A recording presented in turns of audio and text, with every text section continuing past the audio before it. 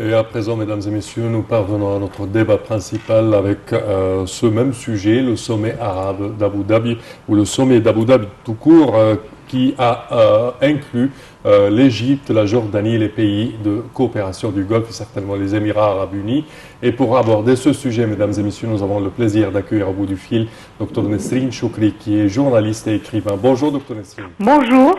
Alors, ce sommet d'Abu Dhabi juste coïncide au sommet tripartite qui est passé ou qui s'est déroulé en Égypte, regroupant le président de l'autorité palestinienne Mahmoud Abbas, le roi de Jordanie Abdallah II et également le président Abdel Fattah el-Sisi. Est-ce qu'il y a une relation entre les deux conférences ou réunions?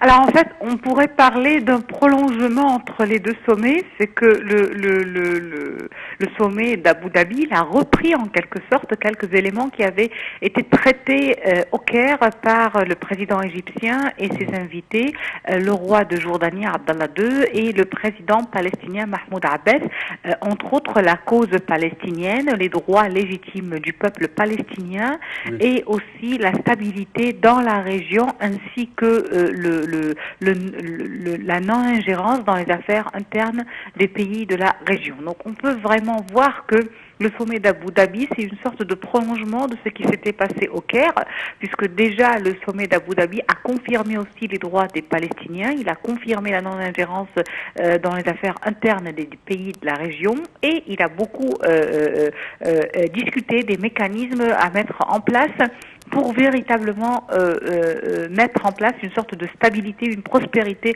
économique dans la région face à la situation actuelle mondiale qui est assez difficile. Oui. Également, si on peut suggérer, est-ce que, par exemple, la crise mondiale, la crise économique mondiale a été discutée au cours de ce sommet? En fait, je crois que à tout sommet actuellement, surtout les sommets régionaux, la crise économique mondiale sera discutée de manière directe ou indirecte. Elle est vraiment tout le temps présente et omniprésente puisqu'elle influence notre quotidien, elle influence la politique, elle influence l'économie, elle influence aussi le quotidien des peuples. Et donc, le sommet d'Abu Dhabi, c'était un sommet qui était surtout axé sur deux éléments assez importants. C'est la prospérité. Prospérité, qui dit prospérité, dit évidemment économie. Oui. Et aussi la stabilité dans la région, d'autant plus que dans la région, nous avons plusieurs, je dirais, difficultés qui persistent depuis des décennies, comme les menaces dans la région du Golfe, mais aussi le dossier palestinien qui pèse véritablement sur la région et qui constitue un véritable, je dirais, fardeau pour le peuple palestinien qui souffre depuis des années.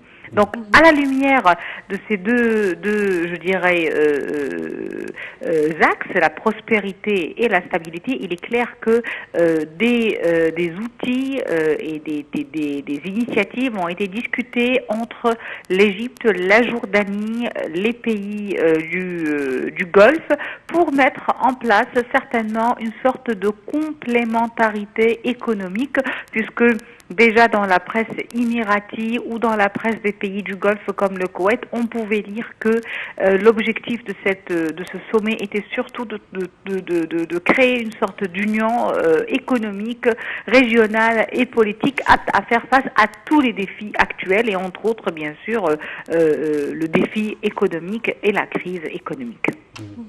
Puisque vous êtes journaliste ayant un œil analytique, comment vous voyez ces consultations continues et ces concertations continues entre les pays arabes et cette complémentarité entre les pays frères? Alors en fait, moi, je dirais que pendant des années, on avait la Ligue arabe, on avait aussi je dirais, une sorte d'alliance entre certains pays arabes, un rapprochement, on ne peut pas le nier. Mais on n'avait pas vu autant de sommets, et là je répète autant parce que le sommet d'Abu Dhabi n'est pas l'unique. Récemment aussi, l'année dernière, en 2022, on avait à Al-Amin le président Abdel Fattah el-Sisi qui avait reçu aussi les rois et princes du Golfe, ainsi que plusieurs présidents. Donc véritablement, c'est un outil de complémentarité continue qui, à mon avis, devrait produire ou mettre en place une véritable, je dirais, force économique. Peut-être qu'elle est encore naissante, mais c'est clair qu'il y a une volonté de la part des dirigeants de la région de véritablement cristalliser une sorte de nouvelles forces ou de nouveaux marchés arabes, l'ancien rêve. Aujourd'hui, on voit bien qu'il y a des investissements des pays du Golfe en Égypte et égyptiens aussi dans des régions arabes et moyen-orientales, ce qui veut dire que on est en train, en quelque sorte, de alléger, je ne vais pas dire supprimer bien sûr les frontières, mais je vais dire plutôt alléger les frontières pour véritablement avancer vers cette complémentarité économique. Et je suis sûr que chaque pays peut donner, que ce soit de l'expertise, de l'expérience, une main-d'œuvre, ainsi de suite, pour réaliser cela.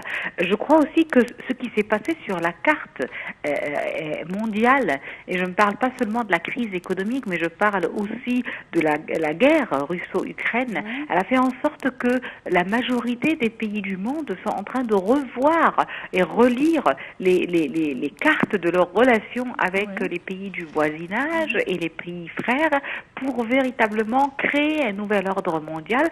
Et je crois que, et je reste optimiste aussi, que dans le nouvel ordre mondial, les Arabes, la puissance arabe, la force des Arabes aura sa place, et cela ne peut se réaliser que par la volonté des dirigeants, des peuples, mais aussi de la complémentarité. Et qui dit toujours politique dit économie. Il n'y a pas de politique sans économie, il n'y a pas de social sans économie.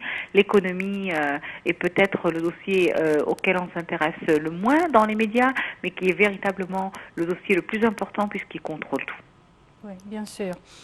Est-ce que ces consultations continues vont aboutir à d'autres méga-projets entre les pays arabes?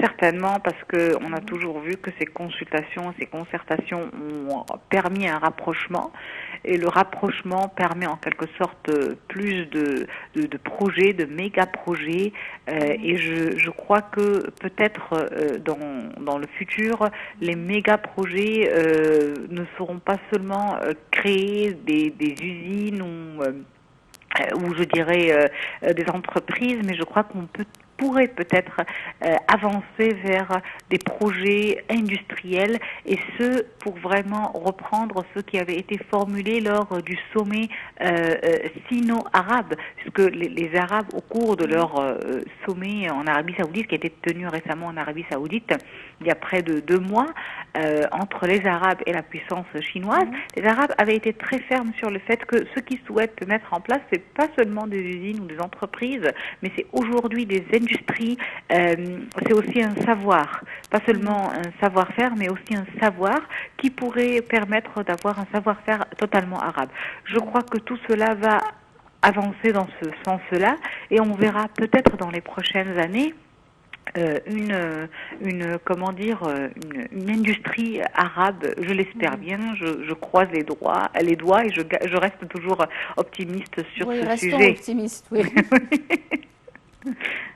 Oui, docteur Nesrine, également, si on parle, dernièrement, on parle certainement, comme vous venez de le dire, une sorte de concertation continue entre les pays arabes du Golfe et les pays arabes africains. Est-ce qu'on peut vraiment parler de, je dirais, une nouvelle alliance ou une nouvelle, je dirais, solidarité qui puisse faire face aux problèmes actuels de part et d'autre, que ce soit les conflits actuels, le dossier syrien, le dossier yéménite? Certainement. Certainement, parce que vous savez que nous sommes dans un monde qui est très difficile, qui est marqué par beaucoup de conflits, de risques, de défis, de dangers. Et je ne parle pas seulement sur le plan économique, mais je parle aussi de ce qui se passe sur le plan politique. Oui. Et pour faire face à ces dangers et à ces risques-là, il faut véritablement se baser sur une forte alliance avec les pays frères, les pays voisins.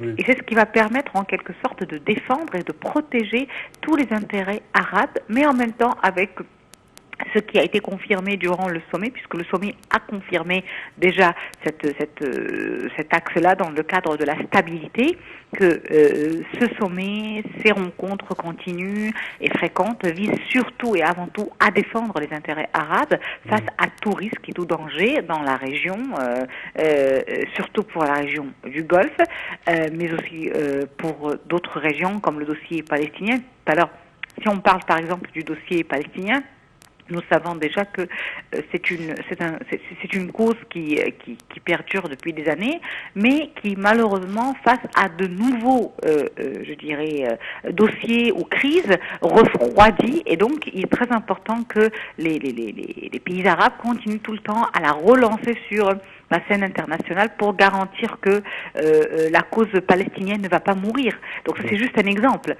Ainsi de suite. Donc cette alliance-là, elle a pour objectif de protéger les intérêts, la souveraineté aussi des pays arabes, tout en mettant l'accent sur le fait que ces pays arabes-là gardent une politique de non-ingérence dans les affaires l'un de l'autre par respect. Et donc je crois que véritablement le sommet d'Abu Dhabi est allé, comme on dit, droit au but en cristallisant réellement tout ce qui, préoccupe les dirigeants, les gouvernements et les peuples arabes actuellement. Et on est en train de voir, puisque je reste optimiste toujours, une force, une union, une alliance arabe qui renaît de ses cendres et qui veut aujourd'hui véritablement affirmer une unité arabe importante face à tout danger, à tout défi. C'est aussi médiatiquement un message très important face aux adversaires, à tous ceux qui souhaiteraient mener ou saper la sécurité et la stabilité arabe. Donc je vois que le sommet d'Abu Dhabi est un sommet qui est porteur de messages, qui est aussi porteur